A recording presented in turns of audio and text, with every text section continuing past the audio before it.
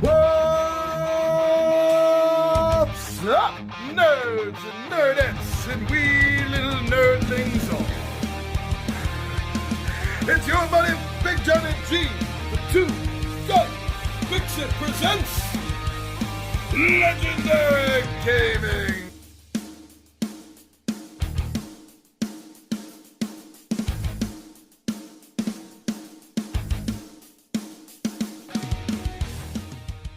We're back for another Tabletop Takeout Tuesday. Excellent. So I'm going to be continuing here what I've been doing. So I've been having a lot of fun doing this, and I think some of you have been enjoying it too. And that's a return to Marvel Champions, the card game, Meet the Villains. Now we've already gone through the base 3 that come in the core box, and it's time now to break out to the scenarios. So starting with the first scenario that they published, the Green Goblin.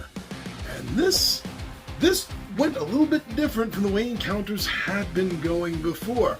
In fact, this scenario actually has 2 different encounters in it. And I'm going to be handling each of them differently because they are very different from each other, and their approach to the game is going to need its own setup for each, I think.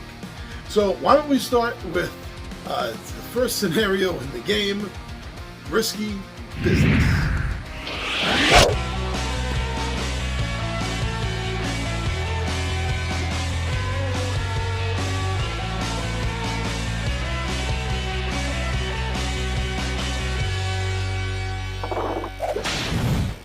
In Risky Business, Norman Osborn is attempting to take over Stark Industries. And you and the other heroes are not going to allow that to happen. Now, yes, there are 2 different scenarios in this, and Risky Business is just one of them, but each of these scenarios have their own Green Goblin card. So there is a difference between which scenario, which plot he's doing, and what he's able to do. Now, in the comic books, Norman Osborn has always had a severe psychic problem with the Green Goblin. He's had some mental issues with this that I am not professional enough to define.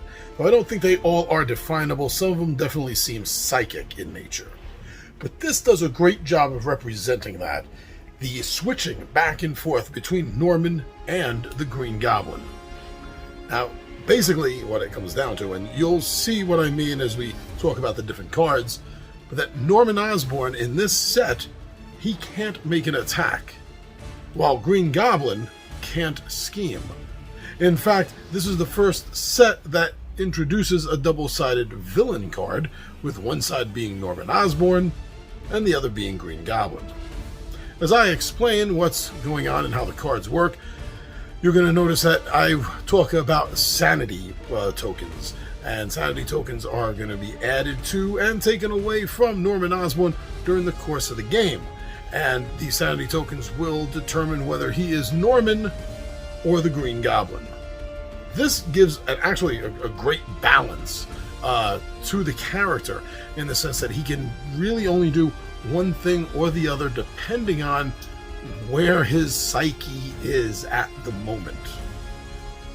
This is something that in gameplay you are going to want to seize on. You're going to want to take advantage of this situation when he is in, especially when he is in the Norman Osborn form. And this will give you great opportunity actually to build up your playing area and get as many cards as you can out, and hopefully you'll be able to power through when he flips to Green Goblin and starts attacking like crazy. Hopefully then you'll have a nice base of powers, of cards and abilities to draw from. Now let's take a deep dive into the cards that you're going to be facing. As I stated, the Green Goblin himself is double-sided, and the Norman Osborn and the Green Goblin sides both have, as you're familiar with by now I'm sure, their level markers of 1, 2, and 3. As Norman Osborn at level 1, he has 2 scheme, and he has no attack. So when Norman would be attacking, you're going to be taking an infamy counter, and you're going to be placing it on the Criminal Enterprise Environment card instead of having Norman attack. Now, on the other hand, if Norman Osborn himself would take any amount of damage, then the amount of damage that he takes, that's how much you're going to remove from the infamy counters from the Criminal Enterprise card. Now, we're going to get to that when I finish talking about Norman Osborn and his schemes. Then we're going to talk about what this Criminal Enterprise environment card is. Now, on the flip side, quite literally as well as figuratively, the Green Goblin himself can't scheme, but he does have 3 attack. Well, Norman Osborn had 2 scheme.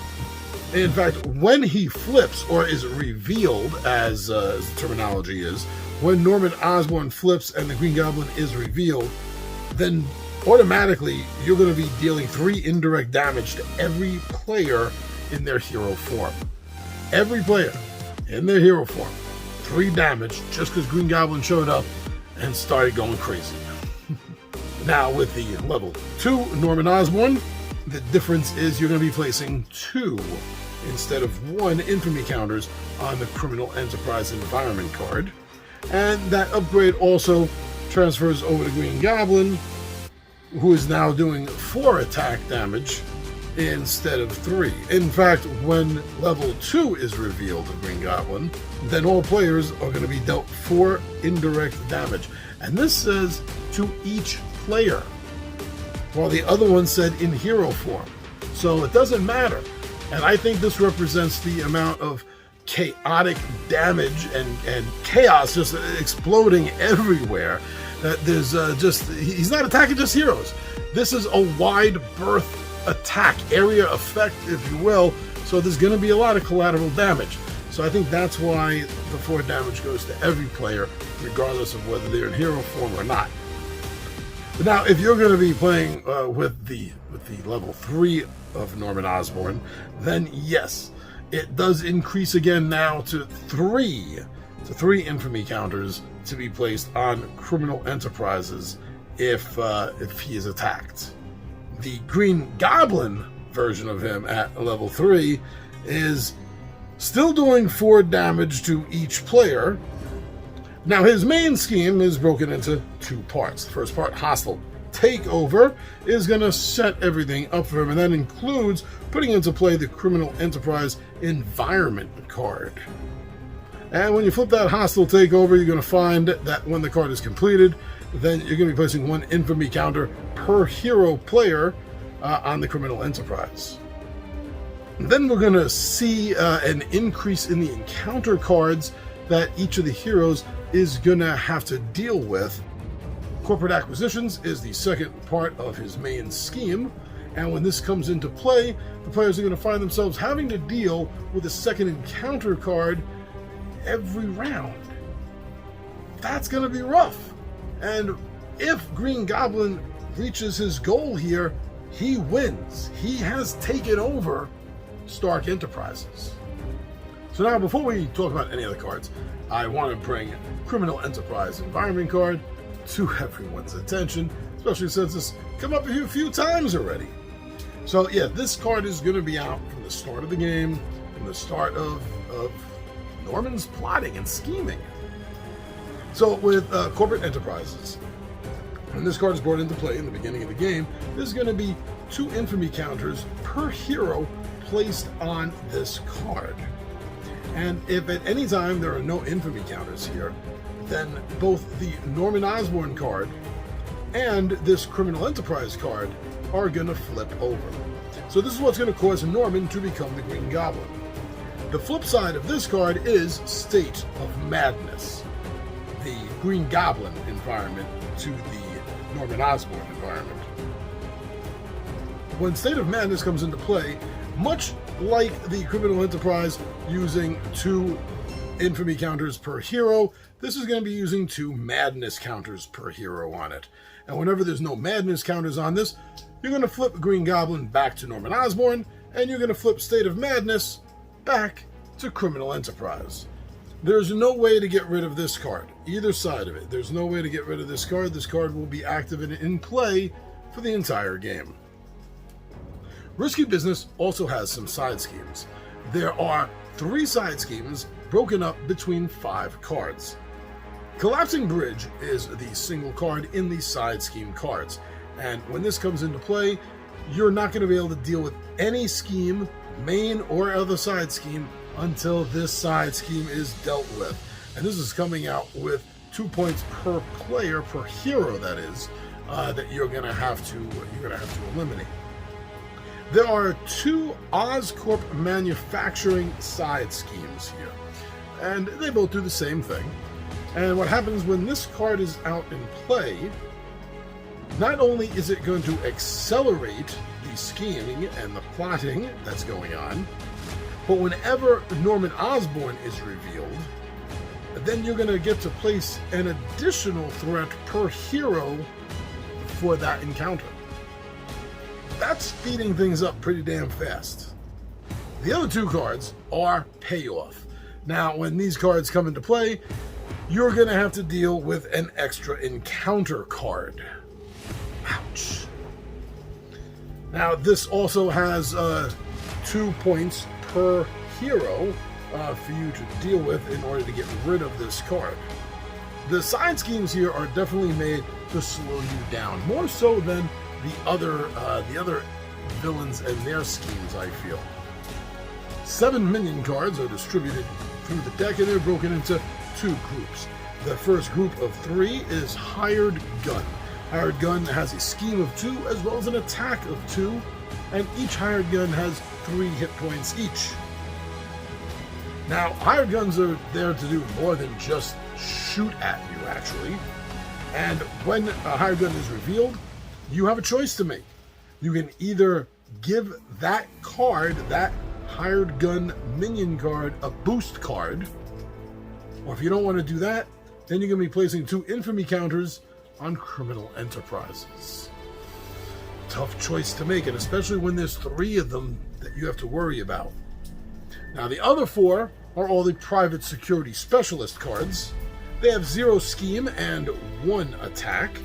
They have 4 hit points each.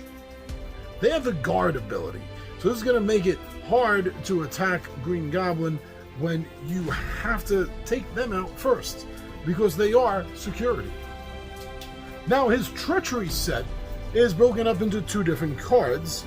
The first there are 4 versions of, and that's all in a day's work. When this card comes out, you are going to be placing 2 counters, and it's either going to be on whichever one is out. If Criminal Enterprises is out, then you'll be placing 2 infamy counters on that. And if State of Madness is out, then you'll be placing 2 madness counters on that. And there are 4 of these cards, so they can bang out and hit you fast and hard. The other 2 cards in his treachery deck are Mad Genius. Now, this has an effect whether Green Goblin is, well, Green Goblin or is Norman.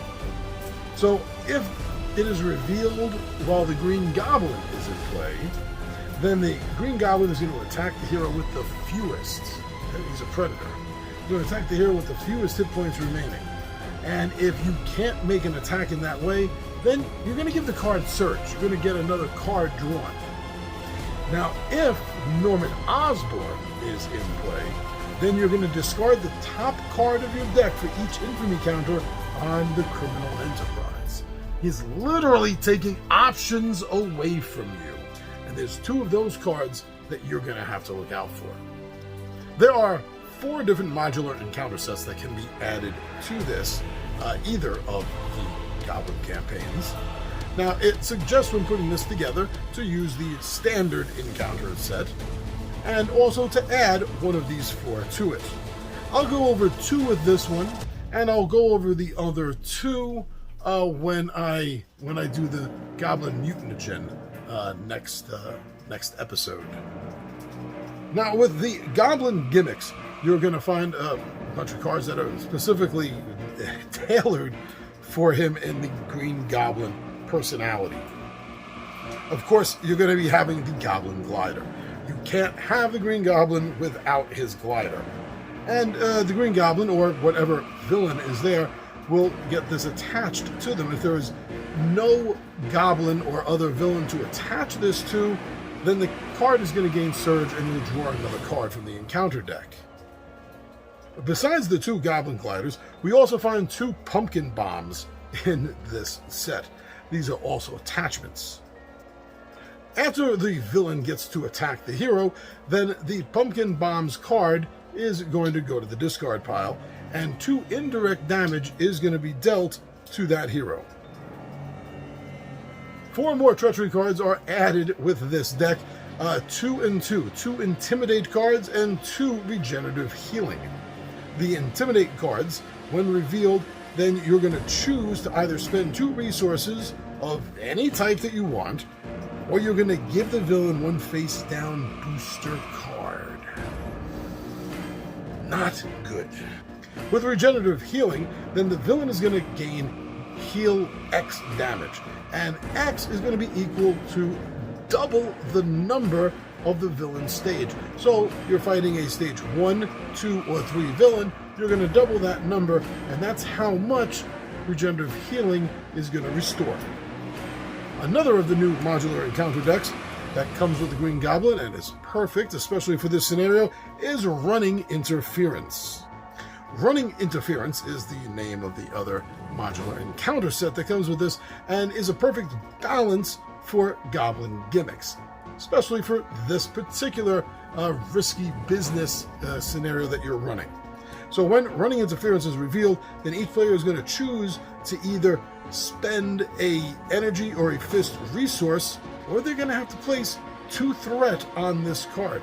And while this scheme is out, this side scheme is out, it takes priority. Nothing else can be dealt with before this card. An agent on the street running everything for Norman Osborn the Green Goblin is Tombstone. This is a pretty powerful minion with 9 health. He has 2 schemes and 3 attack.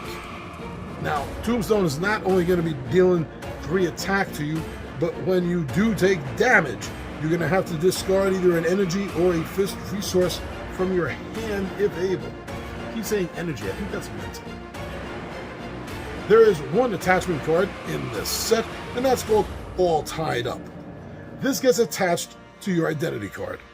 Attached characters cannot ready or change forms. In order to get rid of this card, to discard it, then you're going to have to spend a mental and a physical resource. So there's your introduction to Green Goblin.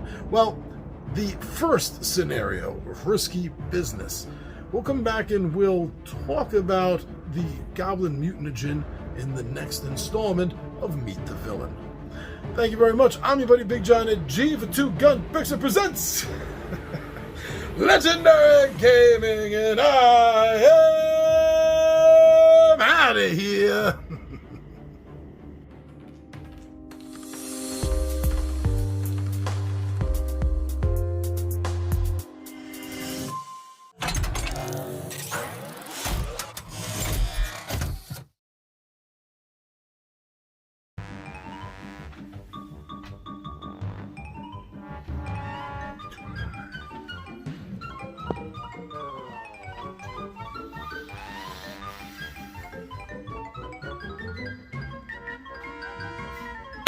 Tabletop Takeout Tuesday, a day where I